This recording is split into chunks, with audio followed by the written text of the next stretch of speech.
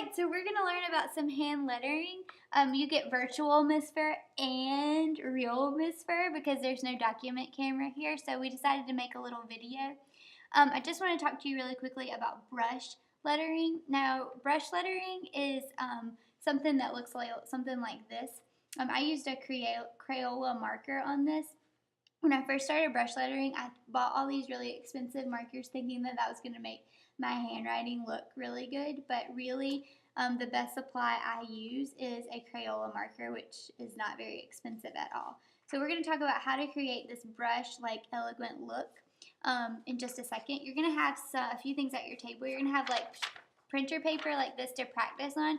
You're also going to have a practice lowercase letter sheet. Lowercase letters are a good way to start learning this.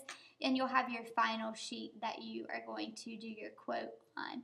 So we'll work on this in just a second, but I do want to show you just some basic techniques of applying pressure to your marker.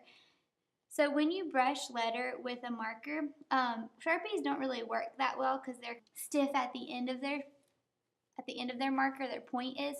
So modern brush, the whole point is to get your downstrokes really thick and your upstrokes thin. So you do this by applying pressure. You apply pressure, go down, and you lighten up your pressure when you move up. So push harder and then release. And that's basically modern calligraphy. If I'm writing my name in like the same pressure, like this is how I would normally write it, I applied the same pressure throughout every part of the letter. So it looks pretty consistent. And that's blurry. There we go. If I'm not applying pressure, it would look something like this. Like pretty normal, right? We want to try to control our hand by pressing down when we move the part of the letter that goes down and when we come up, releasing pressure.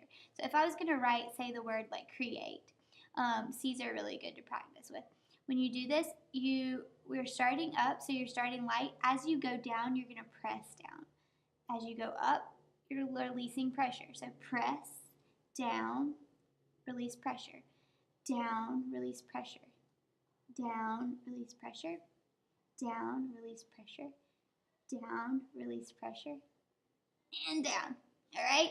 So that would be how you do a basic brush lettering. Your down strokes, the ones that are going down, are going to be thick, and when you go up, they're going to be a little bit thinner. And it's all about practicing. It's all about paying attention to the way your hand is moving, and when it moves up, really learning to release that pressure.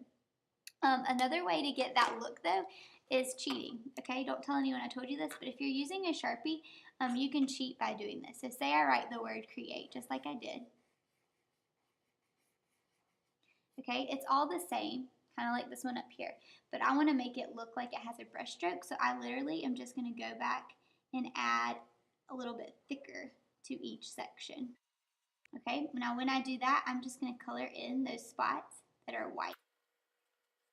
Okay, and that can create that same type of look without having to concentrate so much on your ups and down strokes. If we want bubble letters, and there's helper sheets that we have out at your tables too that you can do, but if you want bubble letters, you do something called skeleton lettering. And skeleton lettering is when you draw with pencil really light. You draw light until you get it right, so you can erase those lines, or people call them ghost lines. So say I'm gonna I'll do the word create again.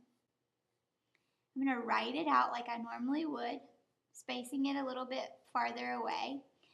And I'm drawing it light so I can go back and erase these lines. These lines are going to serve as guidelines for when I start to do my bubble letters. So if I take my Sharpie, all I'm going to do now is I'm going to just kind of bubbly around each letter. And any letter that has a opening, like the R meets, you have to put a donut hole, because that makes it have more sense. So like an A would also have a donut hole. And erase those ghost lines on the inside. Okay, so now you've created a bubble letter. Isn't that sweet? You can do the same thing with block letters. I'll just do the word the real quick. You would go and erase the ghost line. Then you could add like details with patterns.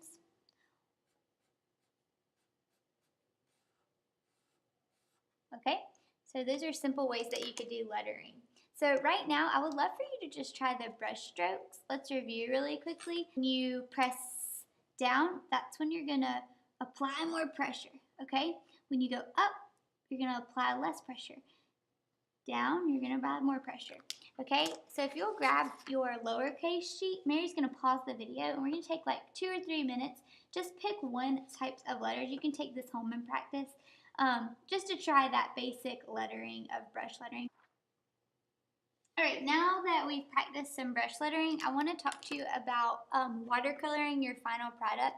I do want to say if you are going to use Crayola markers, you probably don't want to watercolor your background because if you put water on this, it's just going to smear it out.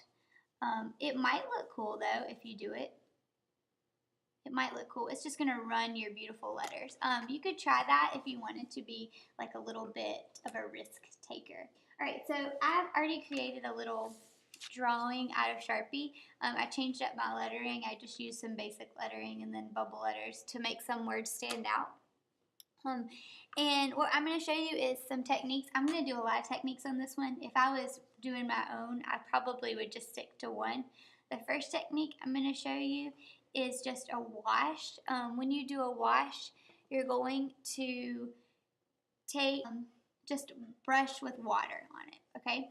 And then I want you to just brush the water over the part that you're going to paint. And to do a wash, so you paint with water first, and then you're going to dip your brush, get some paint on it, and you'll stick that paint right in there. So it creates a lighter color. This is called the wet on wet wash. You can do a wash called wet on wet dotting. Wet on wet dotting is where you wet with water first, and then you pick 2 or more colors and you actually dot in the water by just placing the point of your brush in there. Scrub, get a new color. And what happens is the colors start to blend. And it makes it kind of look tie-dye. So that could be something neat that you could do on top of that. You could do an ombre effect where you do a wet on wet and you start with like reds. And maybe you want it to fade into yellow. That would be okay. That would look nice. Another thing that looks really cool, you could just do a light wash where you do the watercolor on top. You dip your brush, get your color that you want to use. You just stick with one color, and then you can sprinkle actual salt in there. When you do that, it dries overnight and the salt absorbs the color and it leaves kind of like a little starburst in there. You just scrape it off. It looks really cool, but the chemicals in the salt absorb the color of the paint, leaving it like a white starburst. That's pretty cool. So you're going to pick one of these techniques to do. I do want to show you one thing that does look cool. If you did choose to be a risk taker and letter with markers, but you want to try watercolors too, you could go around your letters with Sharpie like this. Where you outline. It takes a little bit of a longer time, but it looks really cool when you do this. I do this a lot for the posters outside. Or maybe you could even add a little watercolor on top. Paper towel, if you put a paper towel over it, it could help relieve some of that color.